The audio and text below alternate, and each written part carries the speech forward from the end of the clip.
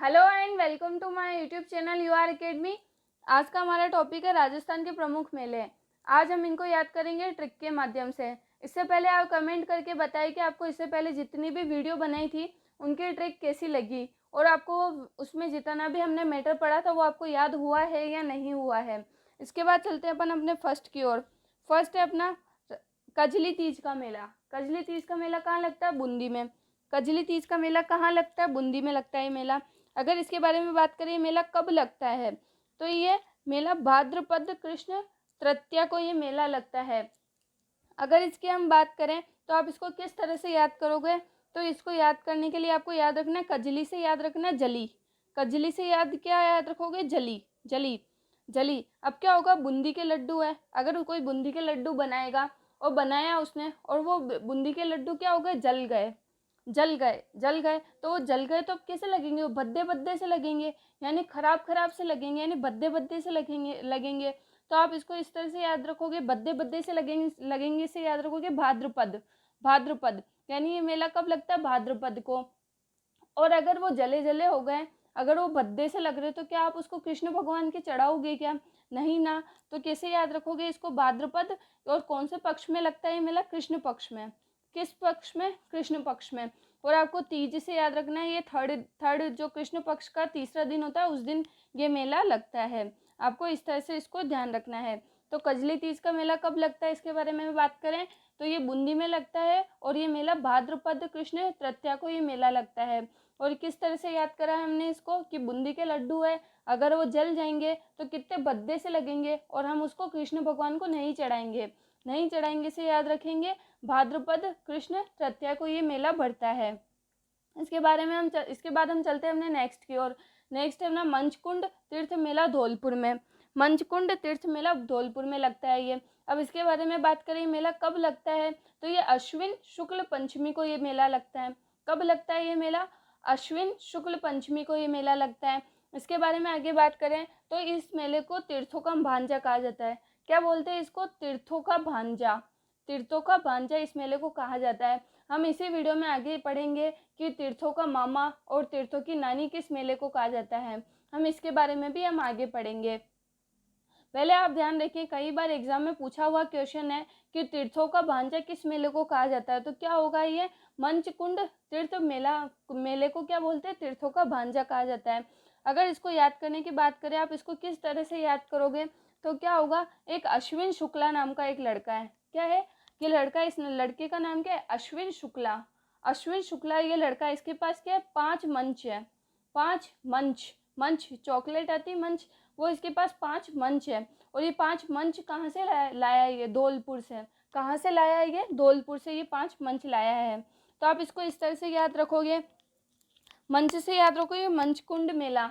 और ये कब? मंचकुंड मेला है, मंच से याद रखा मंचकुंड मेला। और ये मेला 5 मंच लाया था। कितनी मंच लाया? 5। तो 5 से याद रखेंगे। ये मेला कब लगता है? पंचमी को ये मेला लगता है।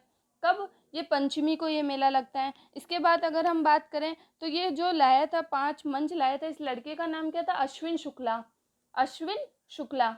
तो ये मेला कब लगता है? अश्विन के शुक्ल पक्ष में ये मेला लगता है और ये पंचमी को ये मेला लगता है। आई होप आपको इसकी ट्रिक भी पसंद आई होगी और आपको अच्छे से याद हो चुका होगा। इसके बाद चलते हैं अपन अपने नेक्स्ट की ओर। नेक्स्ट है बेणेश्वर धाम मेला डूंगरपुर। क्या है? बेणेश्वर धाम मेला डूंगरपुर। अब पहले इसके बारे में बात करते हैं, मेला कब लगता है इसके बारे में बात करते हैं। ये मेला माघ पूर्णिमा को लगता है। कब? माघ पूर्णिमा को ये मेला लगता है। इसके बाद आगे बात करें हम इसमें तो ये मेला सोम, माही और जाखम नदियों के संगम पर लगता है। कहाँ का? सोम, माही, जाखम नदियों के संगम पर ये मेला बढ़ता है। अगर इसकी हम आगे बात करें तो इस मेले को बागड़ का पुष्कर या आदिवासियों का मेला भी कहा जाता है। क्या बोलते हैं? बागड़ का पुष्कर या आदिवासियों का मेला भी कहा जाता है। और संत मावजी को बेणेश्वर धाम पर ज्ञान की प्राप्ति हुई है। संत मावजी थे जिनको बेणेश्वर धाम पर ही ज्ञान की प्राप्ति हुई थी। ये आर्ट एंड कल्चर में हम आगे पढ़ेंगे कौन कौन से संत हुए थे। संत पीपाजी हुए थे, संत मावजी हुए थे और बहुत सारे थे, जाम्बोजी थे। इनके बारे में हम आगे वीडियो में पढ़ेंगे और 100% आपको उनके बारे में भी अच्छे से याद हो जाएगा। तो हम पहले इसके बारे में बात करें तो इसको किस तरह से याद रखोगे आप कि बेणेश्वर, बेणेश्वर से कैसा साउंड आ रहा है, ईश्वर, ईश्वर का साउंड आ रहा है, तो बेणेश्वर है। अगर क्या होगा, बेणेश्वर से ईश्वर का साउंड आ रहा है, यानी ईश्वर, ईश्वर है। अब डूंगरपुर से क्या है, घर, घर, घर दिख रहा है आपको, घर, तो हर घर में क्या होता है, ईश्वर होता है। हर घर में कौन होते हैं, ईश्वर होते हैं। अब ईश्वर है हर घर में, तो वह किस रूप में है, माँ, माँ यानी माँ के रूप में है। यानी ये मेला माघ पूर्णिमा को बढ़ता है। कब बढ़ता है ये मेला, माघ पूर्णिमा को ये मेला बढ़ता है। और बेणेश्वर से ध्यान रखेंगे, ईश्वर, और कहाँ बढ़ता है, डूंगरपुर में। कहाँ बढ़ेगा ये, डूंगरपुर में ये मेला लगता है। आई होप आपको ये अच्छे से याद हो चुका होगा। इसके बाद चलते हैं अपन अपने नेक्स्ट की ओर। नेक्स्ट है सीताबाड़ी का मेला, केलवाड़ा, बारा में। सीताबाड़ी का मेला कहाँ लगता है, केलवाड़ा, बारा में लगता है। इसके बारे में हम बात करें, ये मेला कब लगता है, तो ये मेला ज्येष्ठ अमावस्या को बढ़ता है। कब, ज्येष्ठ अमावस्या को ये मेला बढ़ता है। इसके बारे में आगे बात करें, इस मेले को सहरिया जनजाति का कुंभ कहा जाता है। किसका, सहरिया जनजाति का कुंभ कहा जाता है। इसके बाद आगे बात करें, इसकी ट्रिक क्या होगी, तो क्या है, एक सीता नाम की लड़की है। क्या है इसकी ट्रिक, एक सीता नाम की लड़की है, उसकी टोटल 12 बहनें हैं। कितनी बहन, कितनी सिस्टर है उसकी, 12, 12, 12, 12 बहनें हैं, 12 सिस्टर हैं। तो आप इसको, और उसमें से सीता क्या है, सबसे बड़ी है, यानी सबसे ज्येष्ठ है। सीता क्या है, उन सब में से सबसे ज्येष्ठ है। तो आप इसे याद रखोगे, सीताबाड़ी का मेला है कहाँ, 12 बहनें, 12 यानी 12 में ये लगता है, 12 बहनों में। और 12 बहनों में सीता क्या है, सबसे बड़ी है, यानी ज्येष्ठ है। ज्येष्ठ यानी सबसे बड़ी है। और वो कब, जो सीता सबसे बड़ी है, वो उसको वो कब जन्मी है, उसके बारे में बात करें तो अमावस्या को उसका जन्म हुआ है। कब हुआ उसका जन्म, अमावस्या को उसका जन्म हुआ है। आप इस तरह से इसको याद रखोगे। सीताबाड़ी का मेला कब लगता है, 12 में। यानी सीता की कितनी बहनें थी, 12 बहनें थी, 12 में वो सबसे बड़ी थी, सबसे बड़ी यानी ज्येष्ठ थी। तो ज्येष्ठ अमावस्या को ये मेला लगता है, आप इस तरह से याद रखोगे। आगे बात करें कि ये सहरिया जनजाति का कुंभ है। क्या है ये, सहरिया जनजाति का कुंभ है। तो आप इसको याद रखोगे। जो सीता है, सीता की क्या है, कितनी सारी सहेलियाँ थी। सहरिया से कैसे याद रखोगे, सहेलियाँ, सहेलियाँ यानी दोस्त। तो सीता की कितनी सारी सहेलियाँ थी, सहेलियाँ से याद रखोगे कि इस मेले को सहरिया जनजाति का कुंभ भी कहा जाता है। आई होप आपको यहाँ तक बहुत अच्छे से समझ में आया होगा और आपको सब कुछ याद भी हुआ होगा। इसके बाद चलते हैं अपन अपने नेक्स्ट की ओर। नेक्स्ट है अपना वीरपुरी का मेला। नेक्स्ट क्या होगा, वीरपुरी का मेला। ये मेला कहाँ लगता है, मंडोर, जोधपुर में। कहाँ लगता है ये मेला, मंडोर, जोधपुर में ये मेला लगता है। अगर इसकी हम बात करें तो ये मेला श्रावण कृष्ण पंचमी को बढ़ता है। कब, श्रावण कृष्ण पंचमी को ये मेला बढ़ता है। और श्रावण कृष्ण पंचमी को नाग पंचमी भी कहा जाता है, आपको ये चीज़ भी ध्यान रखनी है। इसके बाद अगर हम आगे बात करें, आप इसको किस तरह से याद रखोगे, तो क्या होगा, अभी सावन, मतलब सावन चलता है, सावन चल रहा है, तो सावन में क्या होता है, सब घूमने जाते हैं। सब कहाँ जाते हैं, घूमने जाते हैं, घूमने जाते हैं कि कहीं ना कहीं घूमने जाते हैं, पिकनिक बनाने जाते हैं सब। तो क्या होगा, सावन में सब पिकनिक बनाने जाते हैं। तो एक कोई है, वो सावन में कहाँ गए, पिकनिक मनाने गए। सावन में कहाँ गए, वो पिकनिक मनाने गए। और पिकनिक मनाने गए, घूमने गए, तो वहाँ क्या लेके गए, 5 पूड़ी लेके गए। कितनी पूड़ी लेके गए, 5 पूड़ी, 5 पूड़ी लेके गए। कितनी पूड़ी, 5 पूड़ी लेके गए। तो वीरपुरी से याद रखेंगे, पूरी से याद रखेंगे, पूड़ी लेके गए, यानी वीरपुरी का मेला है। और सावन में घूमने गए तो कहाँ गए, जोधपुर में। कहाँ घूमने गए, वो जोधपुर में घूमने गए। तो ये मेला कहाँ लगता है, मंडोर, जोधपुर में ये मेला लगता है।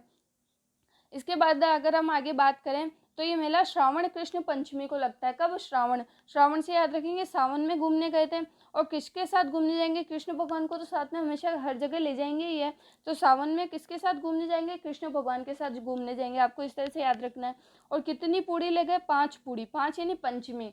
ये कब पड़ता है ये मेला, पंचमी को ये मेला लगता है। आई होप आपको ये अच्छे से समझ में आया होगा।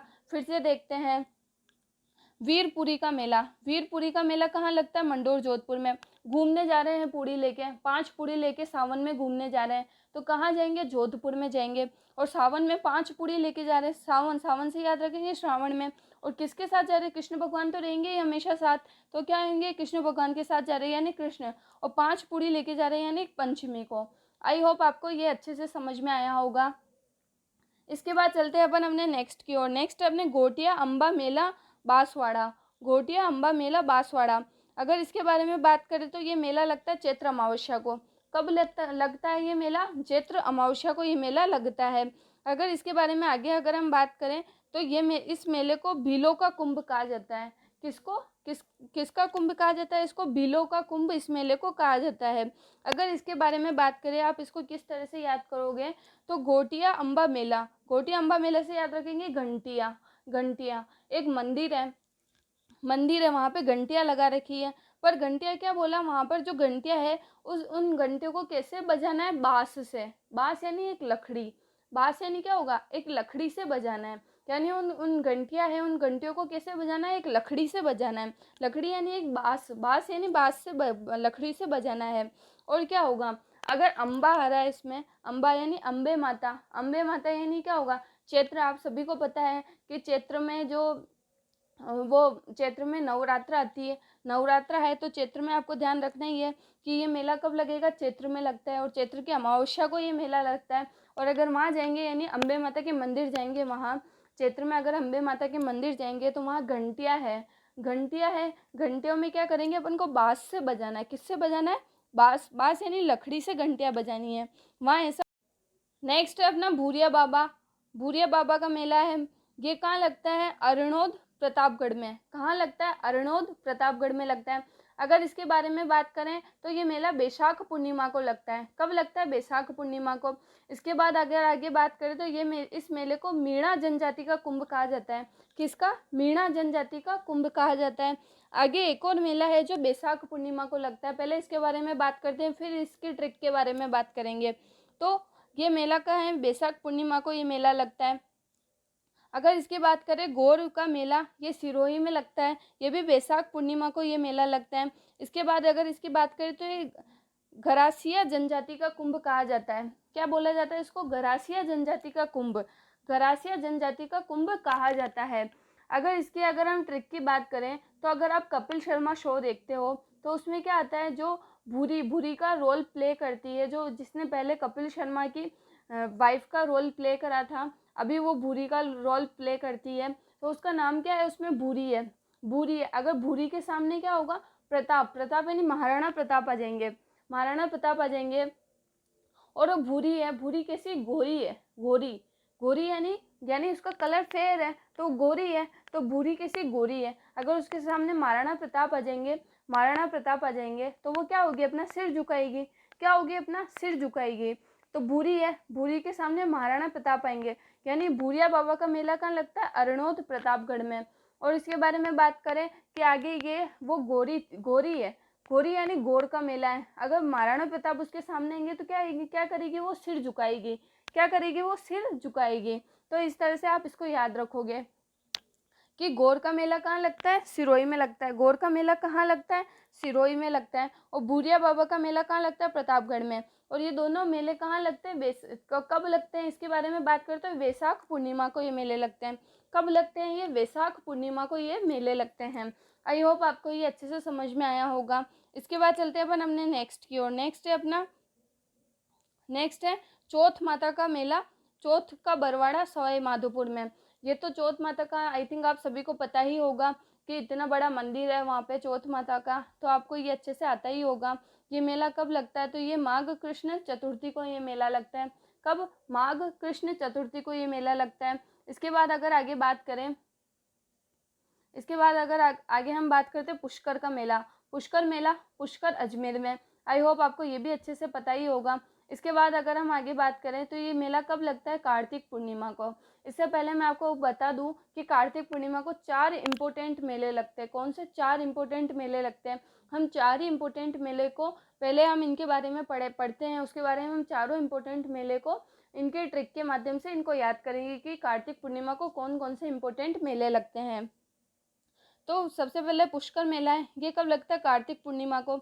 और ये मेरवाड़ा का सबसे बड़ा मेला है, ये आप सभी को पता ही होगा क्योंकि ये पुष्कर मेला बहुत फेमस है। इसके बाद आगे बात करें, इस मेले को तीर्थों का मामा कहा जाता है। मैंने कहा था आपको कि हम आगे पढ़ेंगे तीर्थों का मामा और नानी के बारे में। तो तीर्थों का मामा किसको बोलते हैं? पुष्कर मेले को। किसको? पुष्कर मेले को। और तीर्थों का भांजा, तीर्थों का भांजा हमने अभी इसी वीडियो में पढ़ा था। क्या पढ़ा था? तीर्थों का भांजा। आप पहले वीडियो को स्टॉप करें और कमेंट बॉक्स में बताएं कि तीर्थों का भांजा किस मेले को कहा जाता है। तीर्थों का भांजा किस मेले को कहा जाता है, इसके बारे में आप सबसे पहले बताएं कि फिर उसके बाद में आप आगे फिर वीडियो देखें। तो सबसे पहले इस वीडियो को स्टॉप करें और बताएं कि तीर्थों का भांजा किस मेले को कहा जाता है और वो मेला कब और कहाँ लगता है, आपको इसके बारे में भी बताना है। इसके बाद चले अगर अपन आगे बात करें, सहवा का मेला चूरू में, सहावा का मेला चूरू में लगता है। ये मेला कब लगता है, कार्तिक पूर्णिमा को ये मेला लगता है। और आपको ये ध्यान रखना है, सिख धर्म का सबसे बड़ा मेला है।